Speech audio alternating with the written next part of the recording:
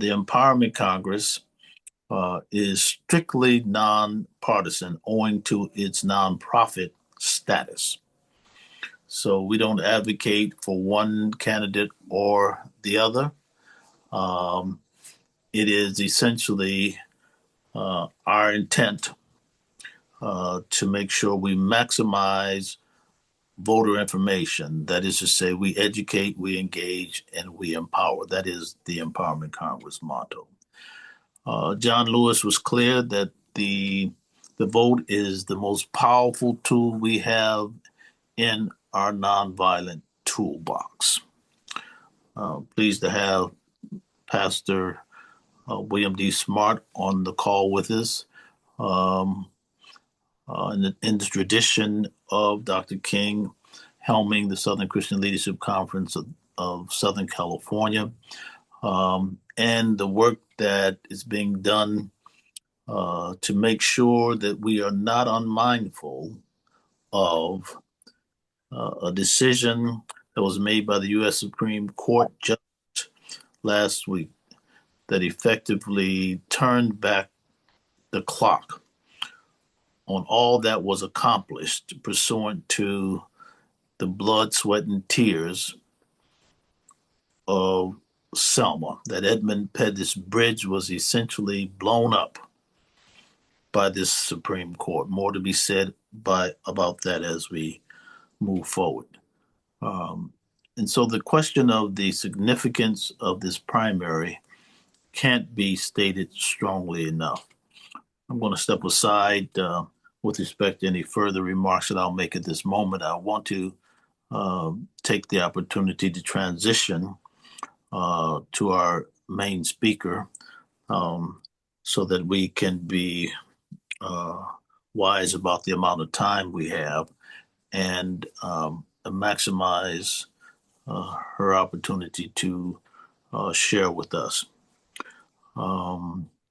Shakari Byerly comes to us as a result of being distinguished now as one of the leading pollsters, not only in LA County, not only in the state of California, but reaching across the continental United States of America.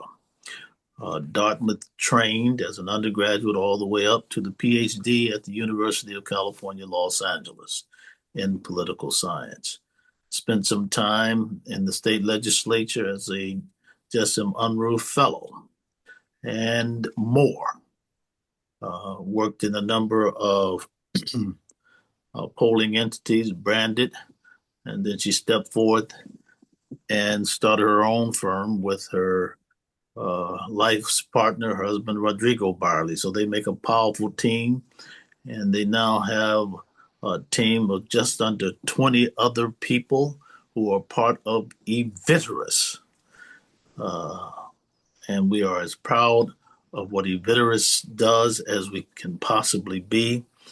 And before I go too much further in celebrating Shakari, I'll let you do that by virtue of the merits of her presentation. Ladies and gentlemen, I present to you then Dr. Shakari Byerly. Thank you. Thank you so much, Dr. Ridley Thomas, my forever supervisor. Appreciate you and thank you for your investment in Eviterus. And I'd be remiss if I didn't give credit to where credit is due.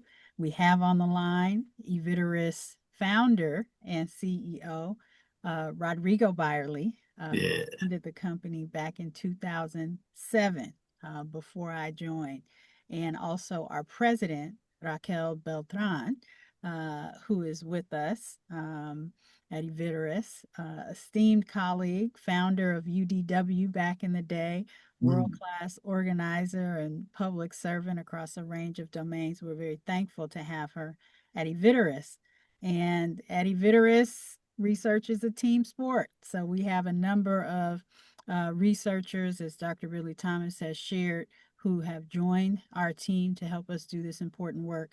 And we're joined by Caden Sheps, who is the primary research associate behind the California Voter Index. So we are able to do what we do by grace, but also with the ready and expert hands of those who are a member of the team. So I have to give honor to that. And also Dr. Ridley Thomas and Vincent Harris, who were among Evideris's first supporters and clients and have always highlighted our work and helped us to lift up the voices of all communities. So thank you. It's my pleasure here to review for you the publicly available data that is a part of the California Voter Index. And I'm dropping in the chat a link to the California Democratic Party's website. So Evideris was selected and commissioned to conduct polling every other week in the California governor's race after it was clear in the filing deadline that there were 8 Democrats in the race at that time, and less clear if all or any were viable candidates to make it into the top 2 primary. And so the chair commissioned research to provide the public with full information, not just the crosstabs or a summary memo framing the results, but not just the top line, but the underlying data by subgroup. And so I will walk you through how to access that information, because we know that merely providing information is not always equated with access and being able to leverage that information. So Iviteris is committed to ensuring that members of the public to read and use the information that's publicly available. This is nonpartisan research, even though it's commissioned by the Democratic Party. We are neutral, so to speak, and not supporting any particular candidate, merely asking the public what their views are and tallying the results and presenting them available for everyone's review. And so I'm going to share my screen and take you through to the web page for the voter index, which gives you more information. You can read there for yourselves the description of the project. And we have done 4 polls thus far. The latest poll was released. Today is Tuesday, right? It was Yeah. released yesterday, Monday. We were in the field for roughly 2 days, Thursday and Friday, and finished up a few of the a small amount of the data collection on Saturday. And we'll walk through the top line and the crosstabs for that. We surveyed 1,200 California voters, and these are what we call likely voters. So we're looking at people who are either newly registered since the last election, which was the Prop 50 election last year, or they have voted in prior primary elections. Now we have designed the sample so we have at least 100 or so what we call opportunity voters who may not have participated in primary elections previously, but because we don't want to restrict the information just to the high propensity voters. So it's possible to break out the results by those who are most historically likely to participate, as well as those who may not have the same vote history, but can still be mobilized. There's an opportunity to engage them and have them participate. Our baseline poll was conducted back in March. So that was our first poll, and you can see that presented here at the bottom of the screen, and their top line and crosstabs there. That was a much more robust instrument. We had 2,000 Californians to participate. So we were able to provide more information in the first poll about subgroups. So we not only were able, for example, to look at Black voters or Latino voters or Asian voters, white voters, we're also able to look at all of those subgroups by gender and by age. We were able to look at, the faith community by different parameters. We were able to look at people with disability status. We still have those results in the tracking surveys, but since size is smaller, we can't segment to the same extent. We always want to have at least 100 responses because there's something called margin of sampling error which means if I run the poll 100 times, 95 times I'll be right, at least within plus or minus, but 5 times I'm probably going to be way off. And so that's the caveat with polls. You never really know which, if you're in the 95% or if you're in the 5%. So that's always something to keep in mind. The poll is one form of data and information. It should never be your only form of data and information, but it is can give you some important incredible insights. So let's get into the top line results. So the top line is essentially all of the questions that were asked on the poll and the percentage associated with each person that took the poll and their response rate.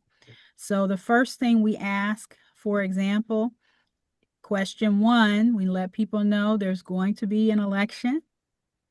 And we ask on a scale from 0 to 10 how likely they will be to vote. 0 being they definitely will not vote, and a 10 meaning they definitely will vote.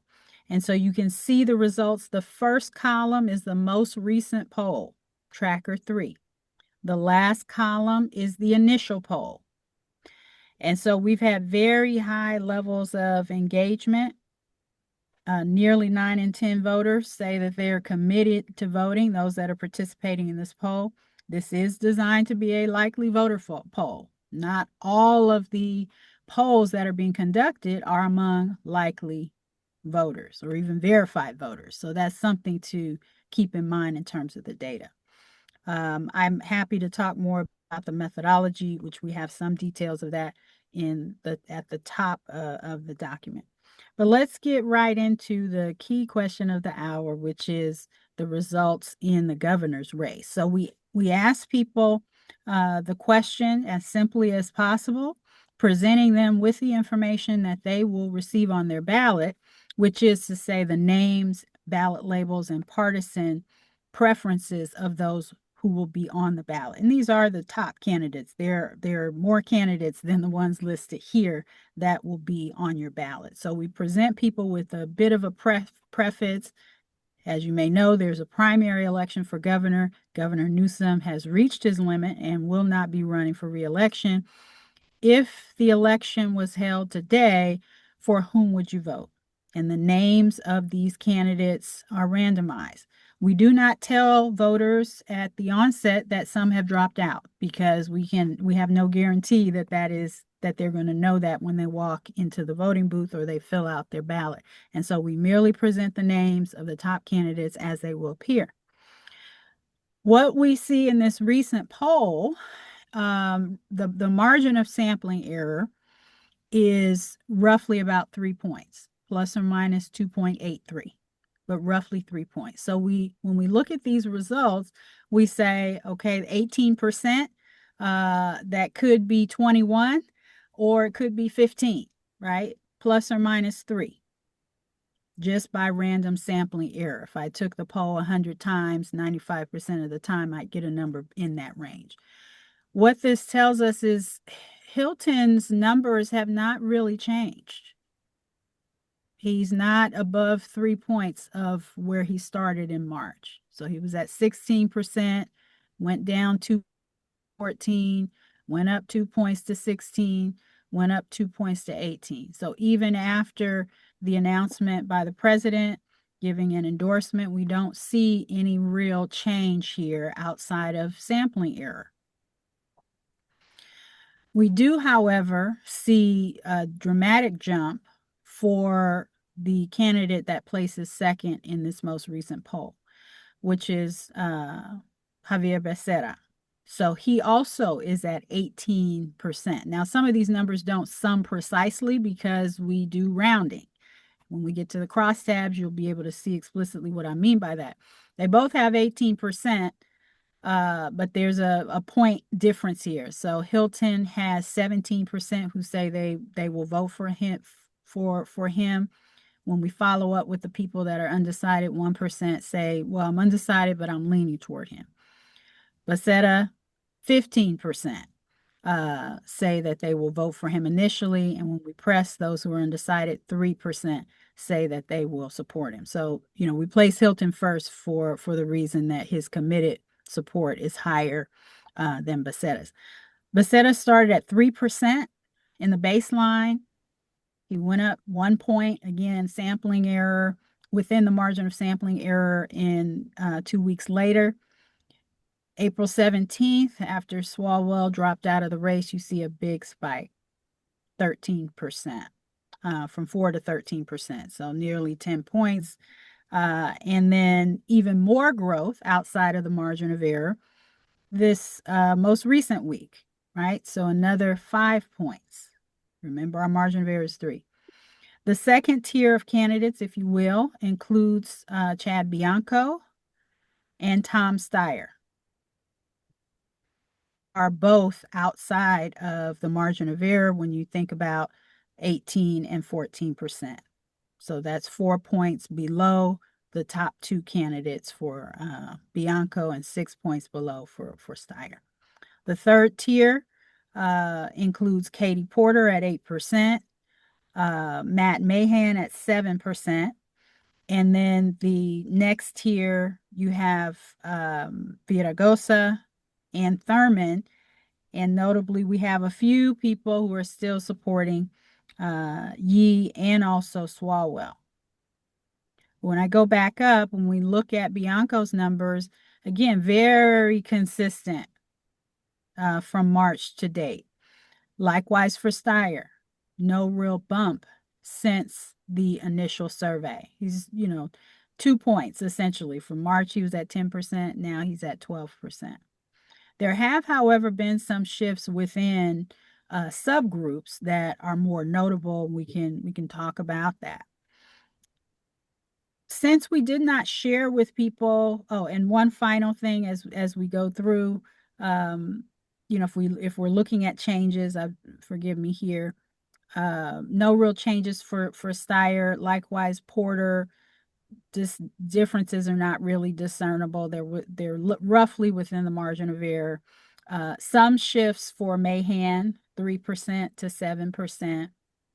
Very little shift for Viragosa. No movement for Thurman. And no real movement for Yee either, even though she has dropped in the race. The undecided, however, is also a place where we see some dramatic difference this week. All right. So in the baseline, you have roughly a quarter of voters who were undecided. That was the case essentially until April 5th. Then around the time Swalwell dropped out, you begin to see some movement with the undecided voters. That's even more so this week. We're dropping 6 points from 20% down to 14% undecided. Now, we also have some people who would prefer not to share their vote with us. we register that opinion as well. And some people who say they're just going to skip it, but it's a very small number. We follow up just to place everyone on level playing field with information that Yee and Swalwell have suspended their campaigns, and then we ask the revote. Again, people are pretty much paying attention, so you don't really see differences here between the initial vote and what we see here. So the order of candidates is the same. Hilton and Becerra are still at 18. Bianco bumps up a little to 1 point to 15. Steyer roughly stays where he is. Likewise for the other candidates.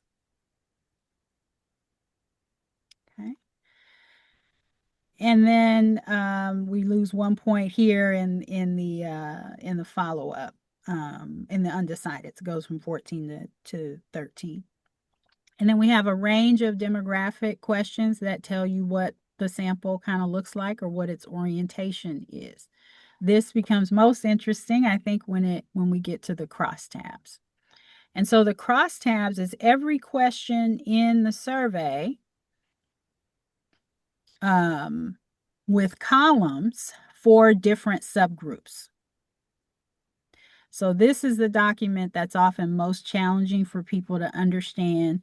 and read. And I apologize for the small print. I can't enlarge the web document. But I will drop the link in the chat in case you're able to enlarge it on your screen. Let's see if I can do that here. Okay, so you have the cross tabs there. And you start with this first column. It's all of the voters in the survey, 1,200 people. And then we have different subgroups. So if we want to understand how are different people of different political parties voting, well, one thing to note is when we ask people on a scale of 0 to 10, how likely are you to vote?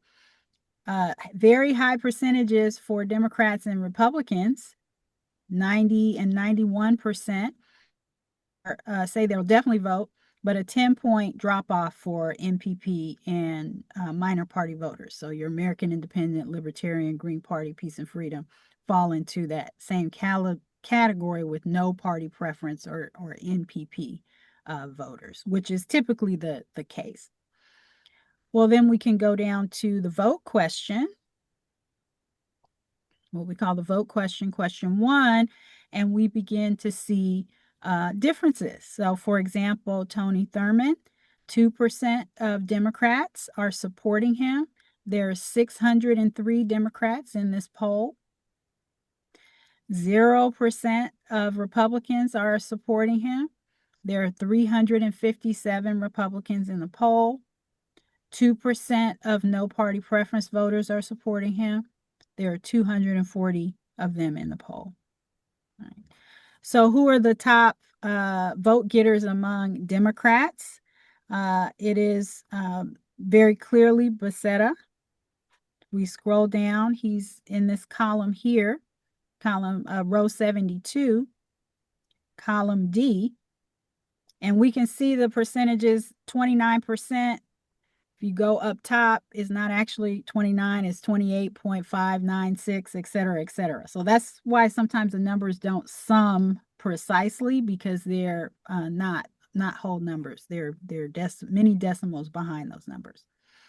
And so 29% of Democrats support Becerra, 18% support Steyer, 3% support Villaraigosa, 2% support Hilton, 10% support Mahan, and just going up, 13% support Porter. And I mentioned that 2% support Thurmond.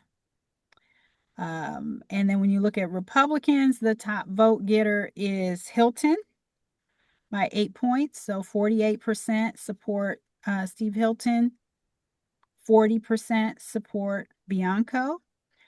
And every other candidate only gets, not at most 1% of the Republican vote. What's interesting is the undecided. So only 6% of Republicans are undecided, compared with 17% of Democrats and 22% of no party preference voters. I also have up the crosstabs from March, our first poll, our baseline. So I'm going to switch over there. You can see the sample size is different, 2,000 here.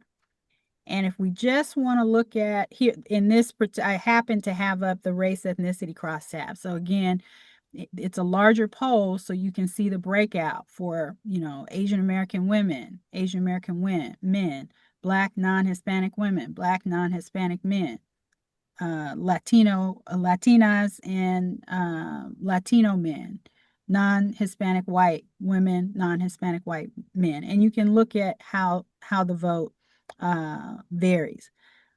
I wanted to point out the change in the undecided. So you can see that the undecided overall was 24% back in March. And you can see across race and ethnicity, how that breaks out. 32% of Asian American women were undecided at that point, compared with 25% of Asian American men. And the shading tells you when there is a statistically significant difference. right? So if you hover over the triangle, you can see it will tell you there's a significant difference between Asian American women and Latino men, white women, and white men. So it helps you to be methodologically sound when you're looking at the numbers. And notably, because of the sample sizes, even though there is on its face a difference between 25% and 32%, we can't say with statistical confidence that that is a genuine difference because we don't have a large enough sample to reduce the margin of error around that. Because your margin of error is going to be about 10 points if you have, maybe it's 6 or 7 points if you have about 200, respondents. So you can see we have 185. So while we have a point estimate, we just use caution when we talk about what the actual opinion is or whether or not there's a difference. But there's a large enough difference between Asian American women and, for example, Latino men who are at 19%. That's a big enough difference, even though the sample size is smaller, to say that it's statistically significant. So I'm going to stop there. I'm happy to answer questions as it relates to walking through the subgroup tabs for the most recent or prior polls. But you can see we have not only party on file, but we also ask people whether they consider themselves a Democrat or Republican or something else. And if they say something else or they're independent, we say, well, do you lean toward the Democrats or you lean toward the Republicans? And so we group the results by strong Democrats, not strong Democrats, and independents who lean Democrat versus those who are purely independents versus the Republicans and leaning Republicans. And you can see how the vote breaks out. In this poll, we also have gender. We have the vote by region, self-reported age, under 55 versus over 55, race and ethnicity categories, and we have what we call a banner, which is a cluster of these columns for a mutually exclusive category. So essentially, Latino of any race, Black, non-Hispanic, either alone or mixed race, and then Asian American alone and white non-Hispanic alone. But then we also break out the binary. So Asian alone or in combination versus not. Black alone or in combination versus not. And you can see the sample sizes that are associated with each one. We also have party on file broken out by gender, party on file broken out by age, Latino men and women, non-Hispanic white men and women. We don't have enough sample size to go further with our other ethnic groups. We have ideology, whether people are progressive, liberal, conservative, whether they're in a union household or not, their nativity. So whether they're first, second, third, or fourth generation or non-immigrant background, born in the U.S. versus not born in the U.S., say they have a disability versus say they don't have a disability, if they own or if they rent the place where they live, their education, income level, whether they are a parent of school-age children, their church attendance, their socioeconomic status, which is a composite of home ownership, household size, and education and income, their vote history. So you see we have 135 people who have never voted in a primary. So that provides some insight, whether they voted in the special election, their generation, this vote likelihood question, and vote history propensity based on the file, and then also the vote broken down by the leading candidates. So Porter voters, what are her demographics? You can scroll down and say, for the voters who are supporting Katie Porter, if I go down, what percentage of them, for example, are liberal versus conservative? So 43% of Katie Porter's voters are progressive. That's how you read that crosstab. So I'll stop there and I'm happy to take any questions about the poll.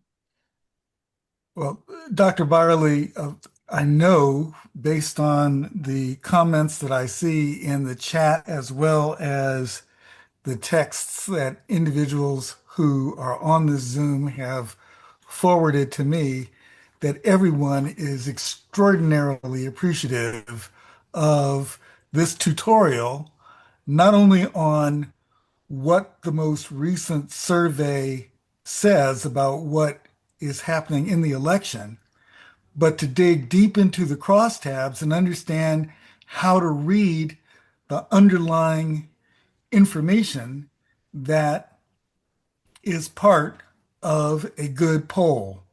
So I want to thank you a, a great deal for providing us with the opportunity to further understand stuff that we might read in the newspaper about this poll or that poll and not know all that goes into it. And so, again, we're greatly appreciative. There is a question from Adrian Shropshire who asks, how does the black vote break out among the front-runner Dems? Yeah, And thank you for that question, Adrian. Let's see. Let's go ahead over in our crosstab columns.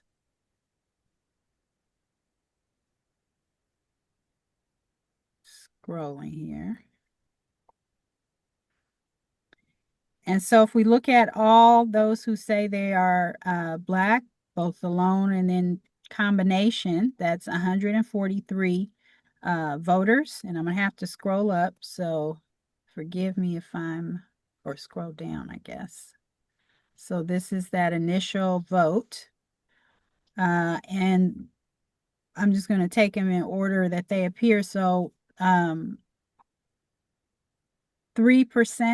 of those who identify as Black are supporting Tony Thurmond. 9% are supporting Porter. 3% are supporting Mahan. 4% are supporting Hilton. 28% are supporting Becerra, who is the leading candidate among Black voters. 11% are supporting Bianco. 9% are supporting Steyer. 1% are supporting Viragosa. 2% for Yee. 0 for Swalwell. And notably, 28% are undecided. And that is, I believe, the largest percentage across ethno-racial subgroups. you said that's the largest percentage? Yes, let me double check. So 19% of Asian American voters are undecided, 28% of Black voters, 13% of Latino voters, and 14% of white voters. So by far the highest percentage of undecideds. And if you couple, that 28% with the 2% that say they're going to skip, or they will not share their opinion, that you're nearing a third who are indicating they have not made their choice. Wow. So that's considerable. That could, change the how the vote is shaking up within that population, so to speak. There are still quite a few votes out there that could change the the ranking. Do you have a crosstab that indicates how many African Americans are no party preference voters? We don't have that in this poll because we have not broken things out by party. I'm going to go back to the baseline poll where we have a larger sample size and quickly see. I'm not certain we have broken it out, at least not in the public tab. So there may be some additional analysis we might have been able to do I don't think we tabulated it by race and ethnicity. I think we just did gender by race and ethnicity. But we know that the NPP kind of minor party, so to speak, segment is a growing segment across every community, including the Black community. Right.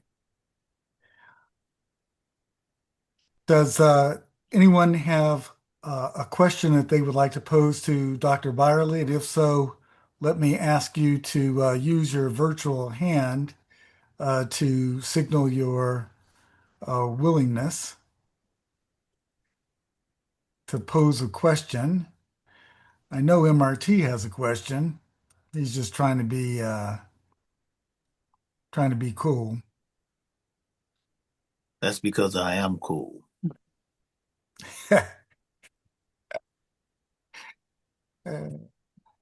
I'm deferring to those who might otherwise wish to pose their question.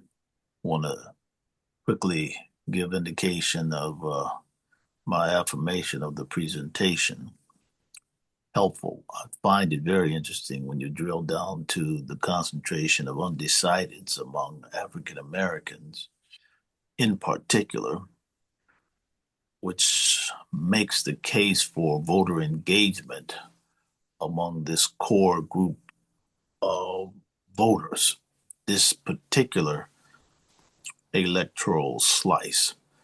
Um, it's critically important, particularly against the backdrop of the decision that was made by the Supreme Court. And it's going to be interesting, I think, Dr. Byerly, to look down the road a bit and ask what impact might that decision have in places not simply like Alabama, Georgia, Mississippi, but in California specifically. Perhaps you could opine on that.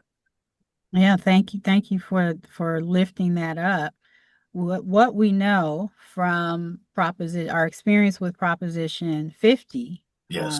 and I'm excited to see Adrian on the call who can speak about this, is that one of the top mobilizing messages for Proposition 50 was the um, fight for voting rights and the attack on voting rights that was happening in the South, and namely Texas, and the Yeah. importance of California voters and California Black voters in standing up and raising their voice unequivocally uh, against what was happening across the country. So we can imagine, if you will, that there is even more commitment to making their voices heard in this current climate with the recent decision. Dr. Byerly, there's a question in the chat from a member of the Leadership Council of the Empowerment Congress who wants to know when polls don't accurately predict the outcome, what's the reason? Mm-hmm. What might be some of the reasons for polls being off a little bit and a lot? And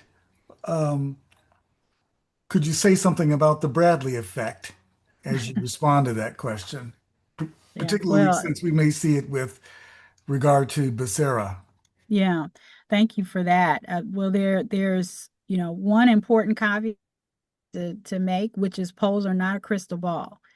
And the media loves to, I think, hype up the horse race and the predictive element, but polls are not a predictive tool. They are a snapshot in time, and we know that the environment is dynamic. So they are not designed to predict who will win. They're designed to tell you at this particular moment in time, how are people telling you they will vote or not vote? People change their minds. And importantly, dynamics change, which can impact the alignment between what the data shows in a particular poll and what actually happens on election day. The other thing to keep in mind is methodology matters. So what you may have data, but who's represented in your data? And are the assumptions built into your research instrument and design, how credible are those assumptions? Many times with science and data, we think it's objective, um, but there are biases, right? We know that averages, estimates can be biased. And so it's important to understand what those blind spots are and what the data truly represents. And I'll give you an example.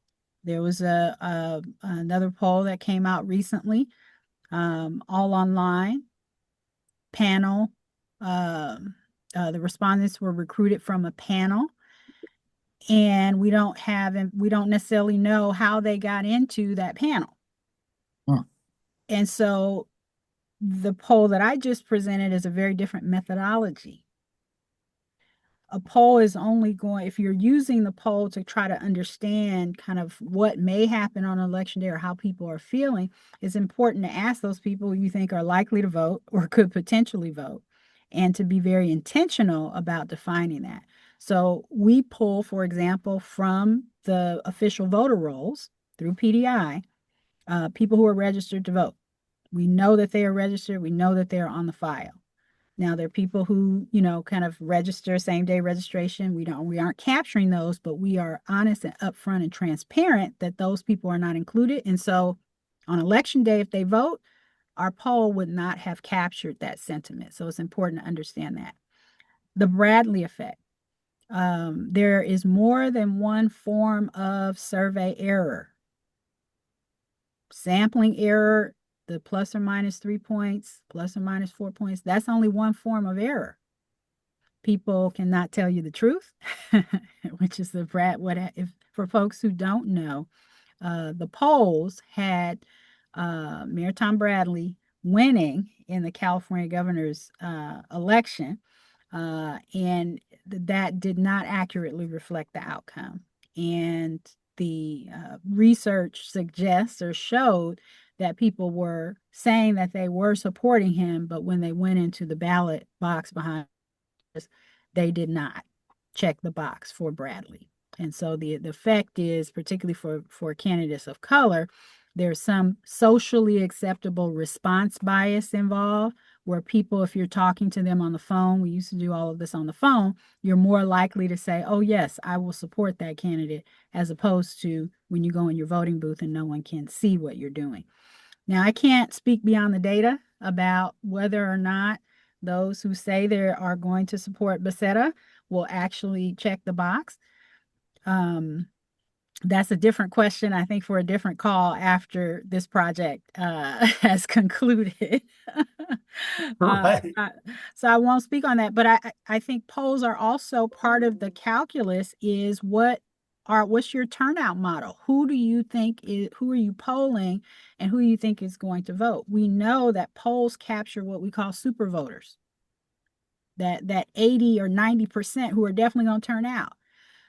They have a particular point of view that is typically very different than our opportunity voters.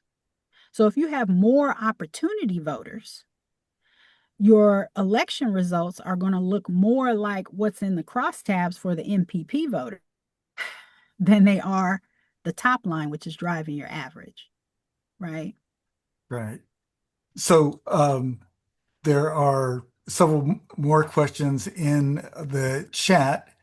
Reverend Johnson asks, will there be another poll, another survey that will be part of the voter index that Evideris has been commissioned to undertake by the California Democratic Party?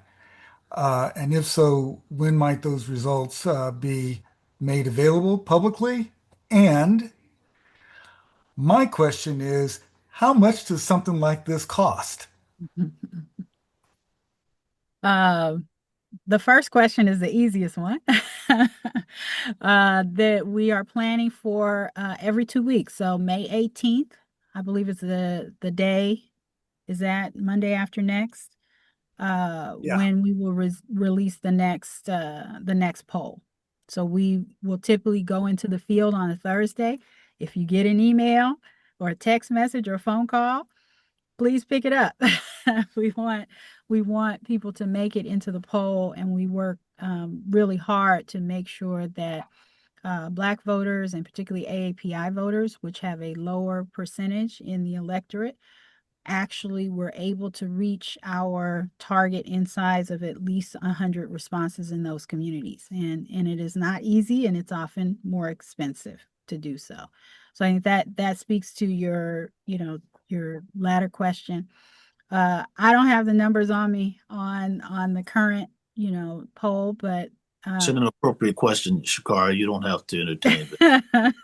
Well, I wanted to give our participants an idea. I know it's not cheap for a poll the size of the one that you are conducting, but this information is very, very important. And for those of us on this call who think that, well, maybe should be surveying more African American community members, particularly those who are opportunity voters, to understand what motivates them to go to the polls, then we have work to do in terms of identifying the resources to make that happen. yeah. That was really the pretext, if you will, for posing the question. But a typical 2,000 person survey of the sort that you conducted in order to initiate the tracking poll, uh, per per person, Mm-hmm. what is the range Yeah. of Shakari, do not answer Vincent's question. You do not have to negotiate in public. inquiring minds Well, want to Stop it. know? Stop it. what I can say, good doctor, is the polls are a function of a number of things. We still call people. We try to reach people however we can, and we think that's important because some of us will not answer an email with a link. Some of us will not answer a text message, right, with a link from, even though we identify ourselves, a Vitterist here. Um, they're not going to do that, but they will pick up a call from a number, even if they're not quite sure, who it is. Now, we are missing some folks just do not, will not answer the phone, answer the text, answer the email. We try to mitigate that by making known who we are so people can go Google our name and then understand that it's credible. But that's always it's getting harder and harder to reach people. So what does that mean? That means we have labor costs, and we know what it takes to pay a minimum wage. It takes about 150 calls to get one completed response. Wow. So we are reaching out to hundreds of thousands of voters every 2 weeks, millions, essentially, Yeah. over the course of this project. And so we also can no longer do automated text. So all text messages have to be person to person. Again, if you want to do high quality work from an equity perspective, which means you pay people fairly for the investment they are making to carry the work, that means that you is going to be built into that. And we try to be economical and efficient. But if you want quality and if you want equity, that requires investment. And it requires investment in diverse communities as well, so that the callers or the people that are, running the data, they look like the communities from which, we're surveying. And so that is a part of the cost and the calculus. The poll is also a function of the length. How many questions are you asking? This is about, I think, 8 to 10 minutes. It'll be a little longer when we added that follow-up question. We'll have to now add a question about whether people have received their ballots and whether they voted already. So this is planned for about 8 to 12 minutes, and then it's a function of how many people are in the poll. So Right. There are a couple more questions. I know that you didn't make a commitment to stay on for the whole hour, and so I certainly do appreciate your efforts and those of the rest of the Evitarist team. We have one question from Bishop Byron Smith, who asks if there is information about um, uh, members of the faith community who may be high propensity voters that you have in your survey instrument, and if so, can that be reviewed? Absolutely. So in both the tracking stuff and back to the crosstabs, one of the columns does break out the um, attitudes by um, church attendance, which is often a good marker of the faith community. And I'm just trying to scroll here. So we have now we aren't able to break them out by age and region and cultural community, but it's more. I don't know that any other poll is including this question. And so we who attend at least once a week, at least once a month, at least once a year, or never. And it's a pretty healthy in size for those who are more frequent church attenders, 268. And so when we look at the vote, uh, 26% for Hilton, 13% for Becerra, 27% for Bianco, 9% for Steyer. And so a lot of this is driven by partisanship across race and ethnicity. I would venture to say that, well, I know social science tells us that black voters grounded in liberation theology have very different attitudes than voters from other faith traditions. And so a lot of what's in the crosstabs there is driven by the different lens that our other brothers and sisters bring to their faith and politics. So, Great. We have time for one more question, and then we need to move on to the rest of the agenda. Uh, I think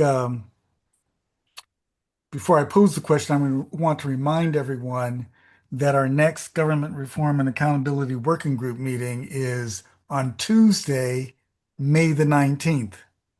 So the day after the next tracking poll uh, performed as part of the voter index by Eviderus will make itself known to us, um,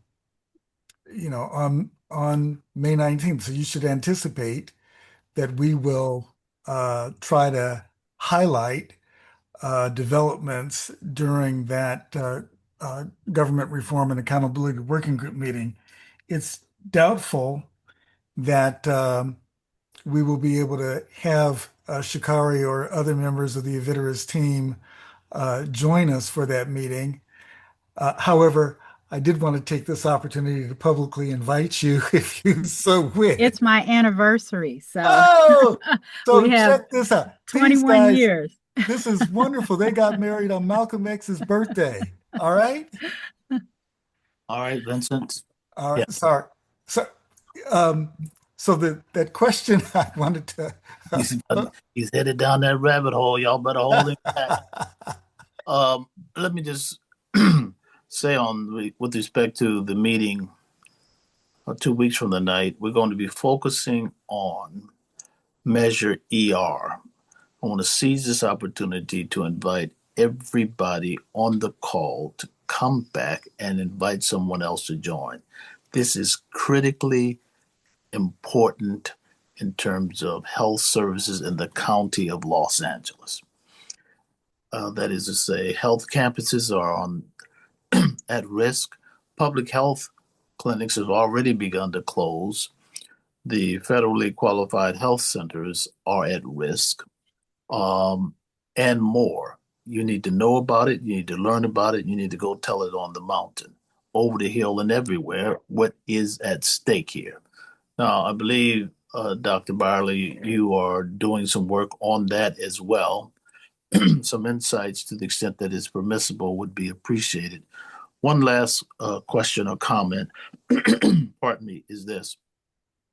You made reference to the sampling and the difficulty in reaching AAPI and African Americans, et cetera.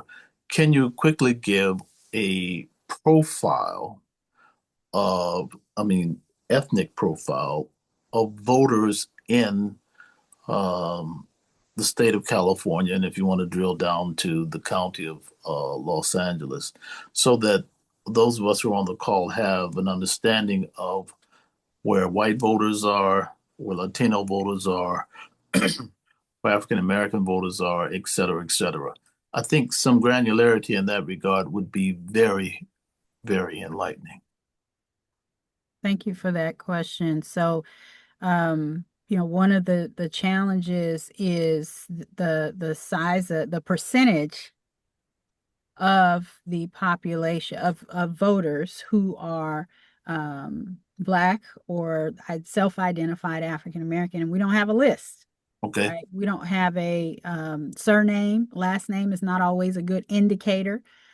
We are more dispersed than we've ever been. So census block density is no longer an efficient and effective strategy for finding out where people who identify as Black live or what their contact information is. And because of that historic harm, Yeah. people are more protective or especially protective of their information, of who they answer, who answers the phone, who knocks on the door. Like we have tried to, we do various forms of recruitment.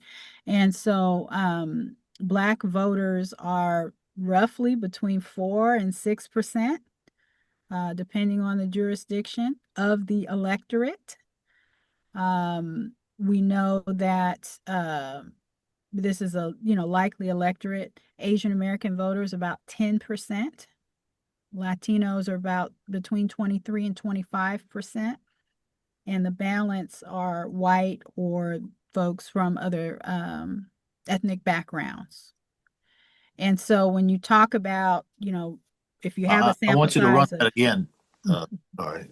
I want everybody to hear that. All right. Please, once again. Black voters are about between 4 and 6% of the electorate on paper, Yeah, at least, right? Asian American voters are about 10%, Latino 23 to 25, and the balance would be made up of white and other minoritized populations like Middle Eastern, Native Americans, probably like 1 or 2%, each. So that's roughly the lay of the land. It's about 48%, 50% are non-Hispanic white, despite a different kind of contour of the general population of the state. So it's worth everybody letting that sink in. Right, and the impact that performance at the level of our proportion in the population means a great deal more in that context. So the typical turnout statewide in a primary election is in the 40s, is it not? 40%? yes, well, I Los will Angeles. say when we had the in 2018, we got up to I think about 60%, Hmm. which was historic. And so when Mm-hmm. you think about this Yeah. election, what's a likely model given the circumstance we find ourselves in? If the investment and mobilization is there, which it was in 2018, we even had the youth vote at 30%, I think, in 2018 because of the investment in mobilization Yeah. dollars, Yeah. dollars, Yeah. Right. saying that again, dollars Mm-hmm. coming into communities to turn out and energize and educate. And one important thing that we often hear from young people, especially, is I don't want to vote wrong. And so I'll vote, but I want to be sure that I know what I'm voting for, because I'd rather not vote than to make a selection that's on my conscience that is wrong. And so education and information is vital in mobilization. So when we reach out for attendance at our next Government Reform and Accountability Working Group meeting, we should be sure to try to target some young people, young voters, uh, who are more than likely to be opportunity voters, as opposed to those of high propensity. There are two questions. There's one in the chat. It says, what does accountability need to look like in order for people to actually feel the impact of their vote and of the systems that are asking us for more tax dollars, or candidates who are asking for more resources or who support more resources to fund governmental practices? Yeah, Is that there I think is anything, the is there question anything of in the the, hour. yeah, is there anything in your surveys that maybe touch that question? Well, we are talking to voters a lot about a range of topics. Um, what I think what I can share is, um, I think that there needs to be more ongoing mobilization beyond the election. That isn't an answer to, how can we kind of secure accountability on the front end, but educating people about what they can do in between elections, showing up at that council meeting. I mean, doing the work of the Empowerment Congress, but pulling more opportunity voters into that process, I think creates the accountability that needs to happen, because we need people to show up consistently to remind candidates, to remind campaigns that we turned out, we voted, we're still here, we're going to be visible, and we're not going away. Kenny, you have a question. Yeah, real quick, and if it's handy, two demographics. Do you have the age breakdown, and do you have the age breakdown by Black and African American? Just want to see the age bracket of, both of those demographics, total ages and the Black African age breakdown. Yes, we have we have the total age. We do not have the breakdown for Black voters in the initial study. We may have it in the baseline, which was larger. And so if I share my screen again, give me a moment, we can at least look by age.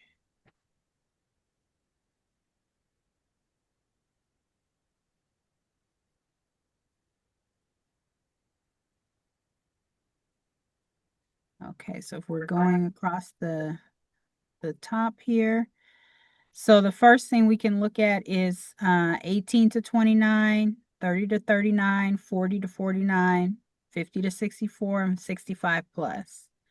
And so when we go to the candidate question,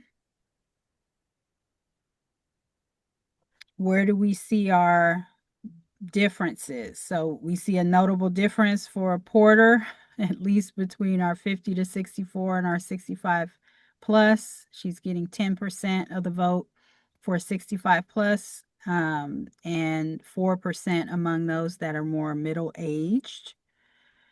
I'm actually going to start, let's see, with the top candidates. So when we look at Hilton, his support is heavily concentrated among older voters. So he's at 3% with 18 to 29-year-olds, but 22 and 26% among those that are 50 or 65 plus. Becerra has his concentration among younger voters. So 18 to 29-year-olds, 26% of them are supporting Becerra, compared with the lowest proportion is among 65 plus at 14%. Another leading candidate, Steyer, is at 22% among 18 to 29-year-olds, 20% among 30 to 39-year-olds, much lower levels of support among those 60, really 40 plus, compared to those that are under 30. The undecided is also higher for younger people and some middle-aged folks. So 1 in 5, roughly, of 18 to 29-year-olds are undecided.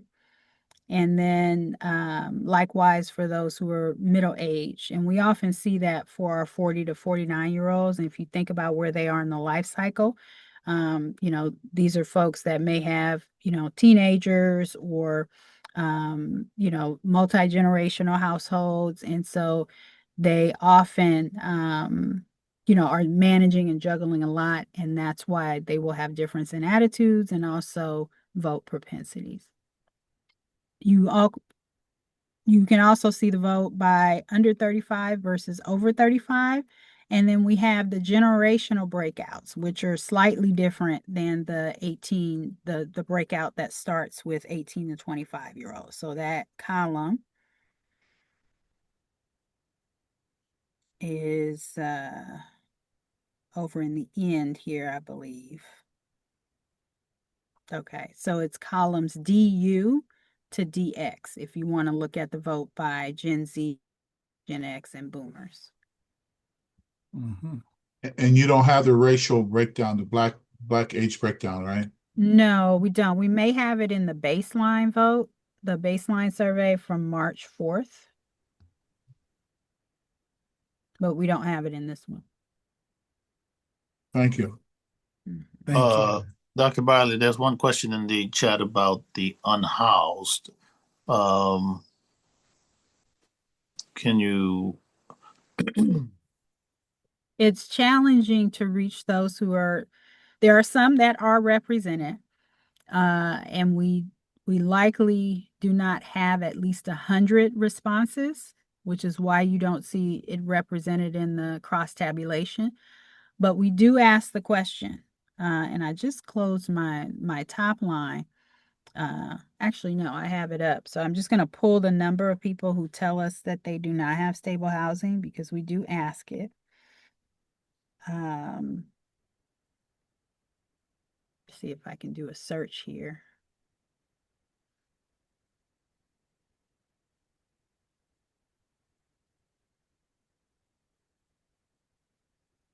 Okay, that's not helping me.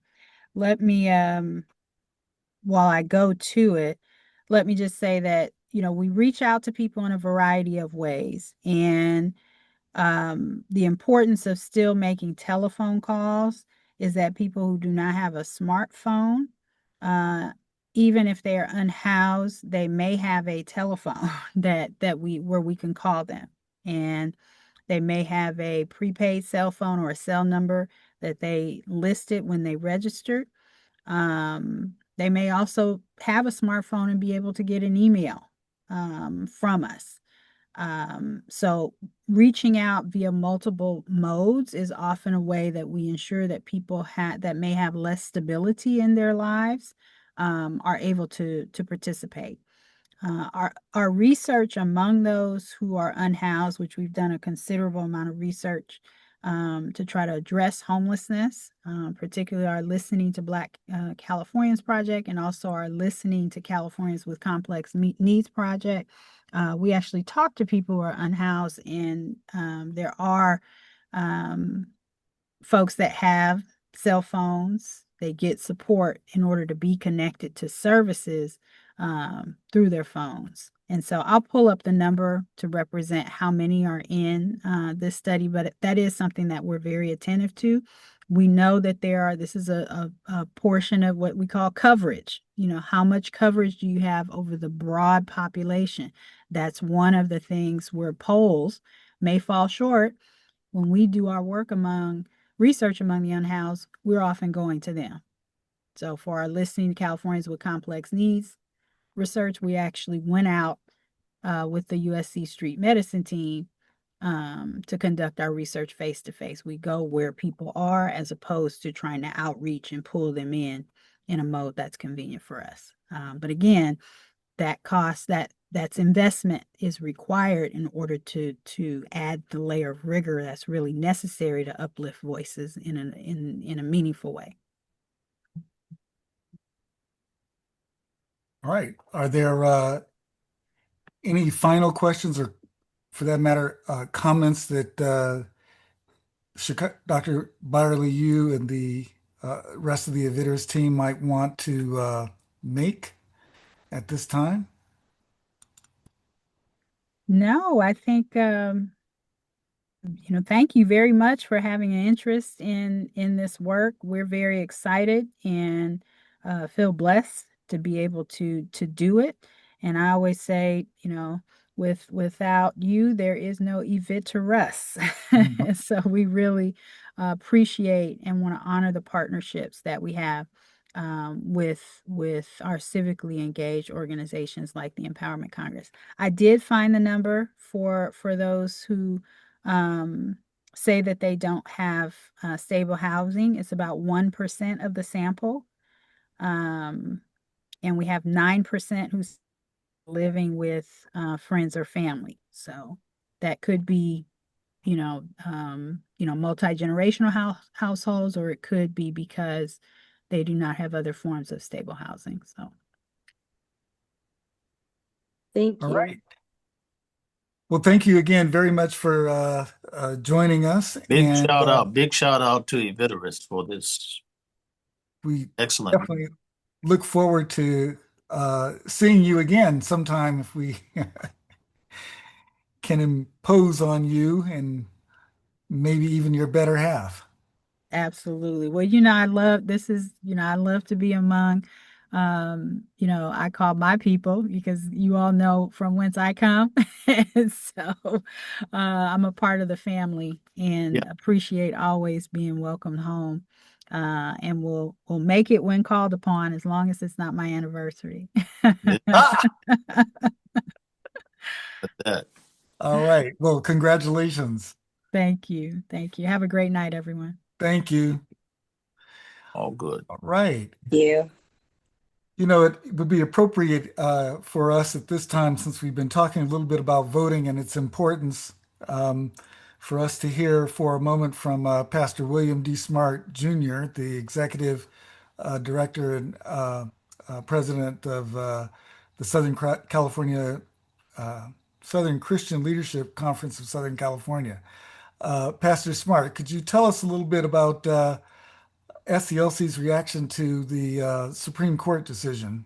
Well, it's horrific, and we immediately, I know for time, we immediately went to the city council leadership to say, and we're expecting them to say, put forth some type of motion that in it would show their inclusion. It would show that there will still be on a path to building, to making sure nothing is affected. Right now, as there's the need for fair protections and equity and accessibility is going to be just as important as it is in southern United States. We cannot afford to move back in LA also. So, when we begin to talk about reforms in the city, they have to be equitable reforms. They have to make sure that the votes is one group's vote is not inhibited while another one's is accentuated in some capacity. So this is a thing we're waiting to see from this motion, and some SCLC and some of its partners have put the motion together, sample, but you'll never know what they'll do. So I don't even want to say much about it. But when they put it forth and when they're about to vote on it, I would hope that we will galvanize all of us to come out and be there and speak on it, and speak and make sure that change and moves in the right direction. Secondly, that the second thing SCLC is working on is a comprehensive civic engagement program, and our director of it, I think I saw her on Sandy Cook. We're pulling together like Mark, I mean, like Dr. Thomas used to do and you used to do, Harris, just fulfilling and standing in those shoes. We're pulling together comprehensive voter education and promotions and get out to vote all the way from May all the way to December. I've been on these national calls since it's happened. And one of the things that all the groups are committed to is this, in light of what happened, as we try to get through and deal with what direction we're going to do, we're going to go. One thing is emphatic is we must have the greatest voter turnout we have ever had at every single level, from dog catcher on up to U.S. senators. And so that's a commitment that SCLC is making here, but and along with the Empowerment Congress, we'll be working together around this. And many churches, I guess Sandy is working on some 25 churches also to work with us, and following the Mark Really Thomas commitment. And so we're ready, really ready to move on this.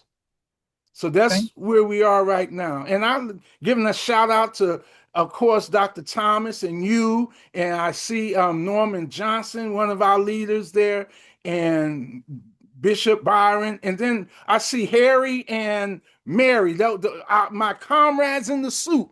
Good to see y'all with us today.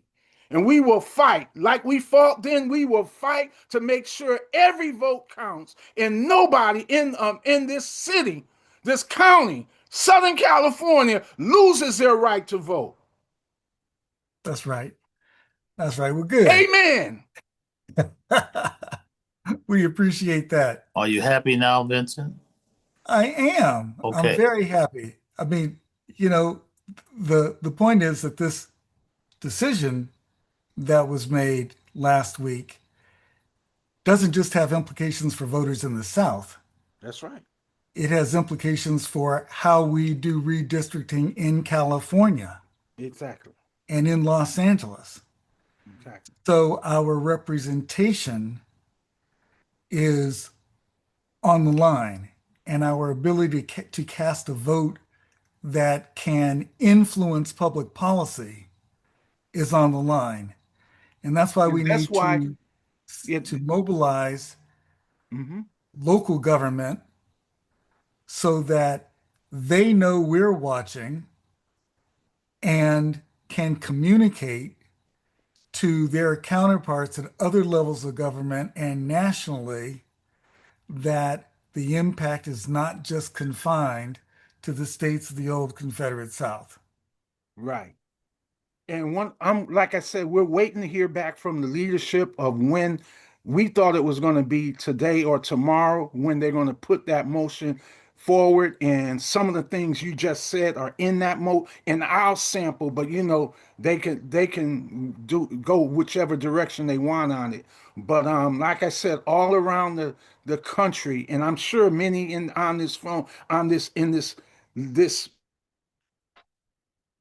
has been on calls or know about these calls all around. Not from clerk, even one of the things that really moved me today was the Church of God in Christ is moving on this, and traditionally they never mind. I'm just excited they're moving on it too. That's all. All right. Thank you very much, Dr. Smart. Let me shift a little bit. What we had planned to do was, if there were there was enough time, we were going to contemplate shifting to catch some of the debate that is currently being broadcast on CNN. Let me just get a quick, by let's say a show of virtual hands. Is there an interest in doing that, or should we proceed with the regular order in our agenda? Anybody want to switch to CNN? I see one hand, two. Okay. So uh,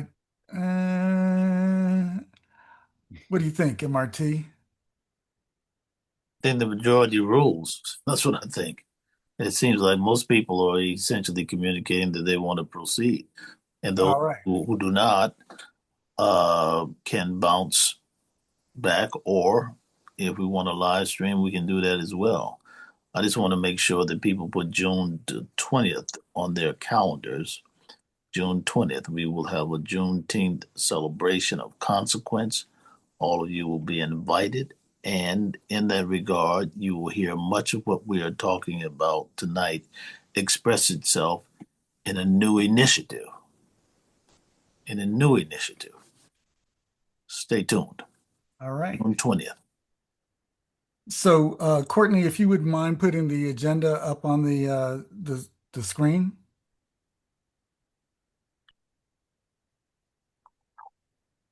One moment.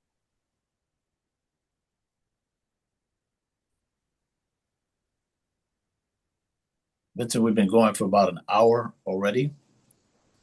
Right. I just wanted to touch a little bit on some of the issues that this group had identified in connection to the governor's race that we should be mindful of whenever we do look at either the video of the CNN debate or any of the other ones that may be in the future, or if we look back into the past. We also have some resources that may be available to folks that they'll want to use. Um, so there's a question here about the candidates and where they stand on key issues that I know a lot of people want to get information about before deciding for whom they will vote or determining whether they will vote at all.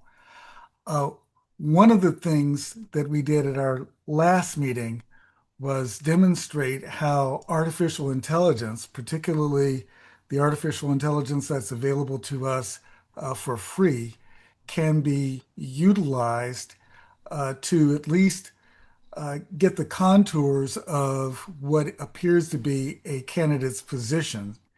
Typically, those AI tools provide people with the source material from which they draw, so you don't have to depend entirely on an artificial intelligence medium's interpretation of what a candidate's position may be. So an example of what could be done to find out where people stand on specific issues is to pose the question, what is the candidate's, whatever their name is, position on whatever the issue is?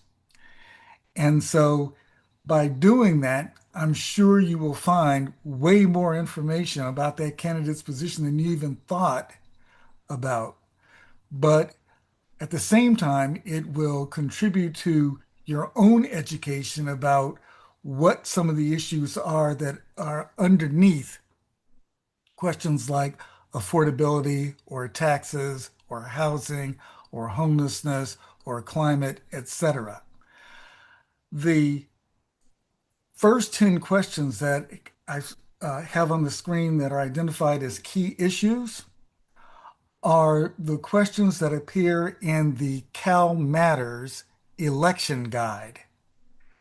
And if you were to go to the Cal Matters election guide, you will be able to see interviews that are conducted of all of the candidates, all of the major candidates, the ones that we've been discussing in this poll, on those 10 questions.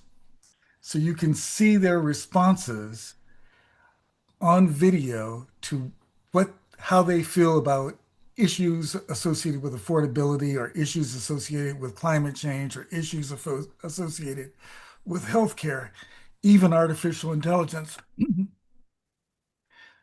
Can you push the agenda down just a little bit more, Courtney?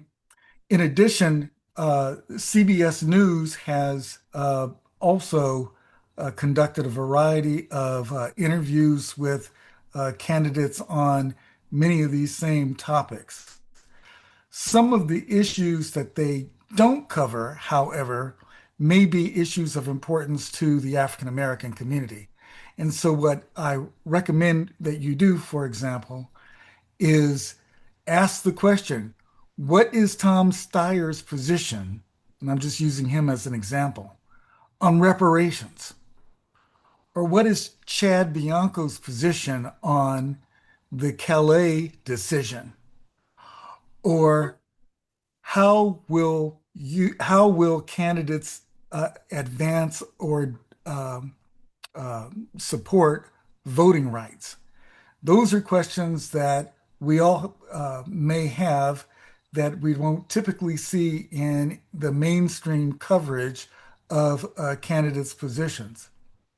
And so we should use the technology that's available to us as long as we take the time to validate and verify that information by going to other sources to find out what they are doing, what they stand for.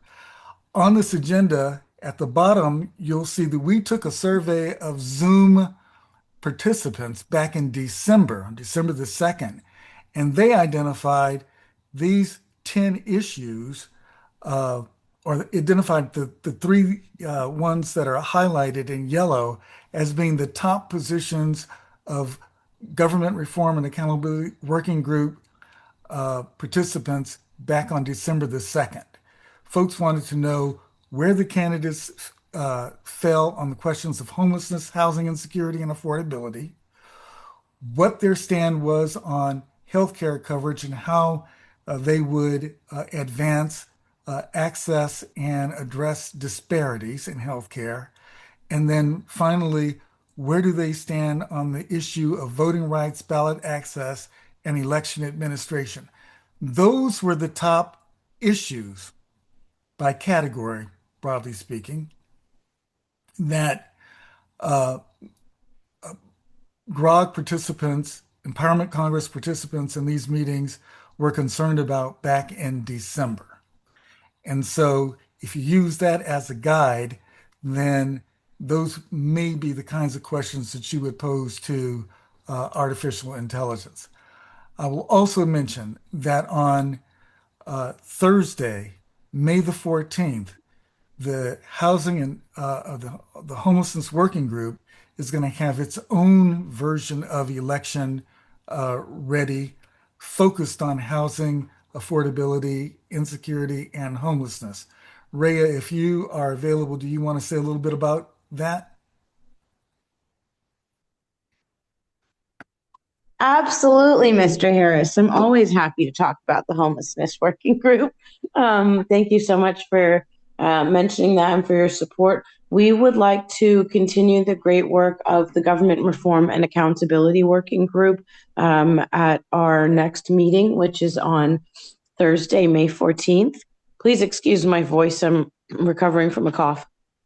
And at that meeting, we are going to, it's continuing in our Empowerment Congress Election Central series.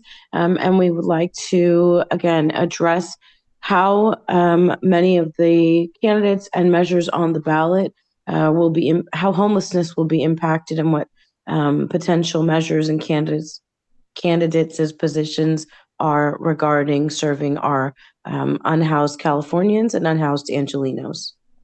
Thank you, Mr. Harris. You're welcome. Before we conclude the meeting, I also wanted to suggest, as MRT had said earlier, are you election ready? And what you can do to make yourselves ready for the election now that ballots are beginning to land. One of the things that we know we need to do is first check to make sure that our registration status is current. And I am going to put into the chat the importance of making a plan for participating in the election. Now, many of us may be veterans, and so as a consequence, don't think that we need to concern ourselves with a plan. But because the way this election is unfolding, we may decide that we're not going to decide until relatively late.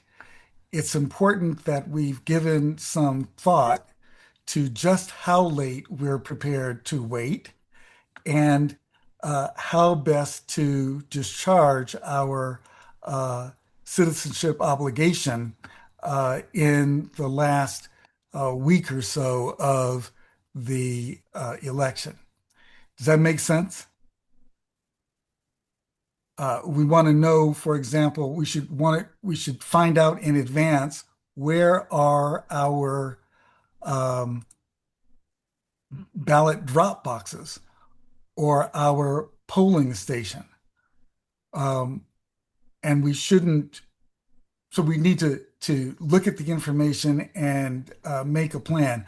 My computer is acting up, and so I am not able, for some reason, to cut and paste uh, prepared materials into the chat for some reason. I had a bunch of links that are also available on the Empowerment Congress website at the Election Central landing page, where you can learn how to track your vote. You can learn how to uh, check your registration status. You can find out where your voting center is. And so I would encourage all of you, if you don't already know, to go to the website to get that information. The last thing I wanted to mention is you should look up Cal Matters website, the League of Women Voters website. Each of those has important um, information that may assist you in developing your voter plan or obtaining information about the candidates. Does anybody have any questions before we conclude the meeting? Mr. Harris, we dropped our Empowerment Congress Election Central link in the chat. Excellent. Thank you very much. I'm here fiddling with Welcome. my computer, still trying to make this thing work. Uh, in any event, we want to thank you again for your participation in this evening's meeting. We hope that you will join Rhea and the Homelessness Working Group on May the 14th. If you are interested in learning more about housing, uh, um, affordability, and insecurity, as well as homelessness, for a very robust discussion of that uh, uh, issue.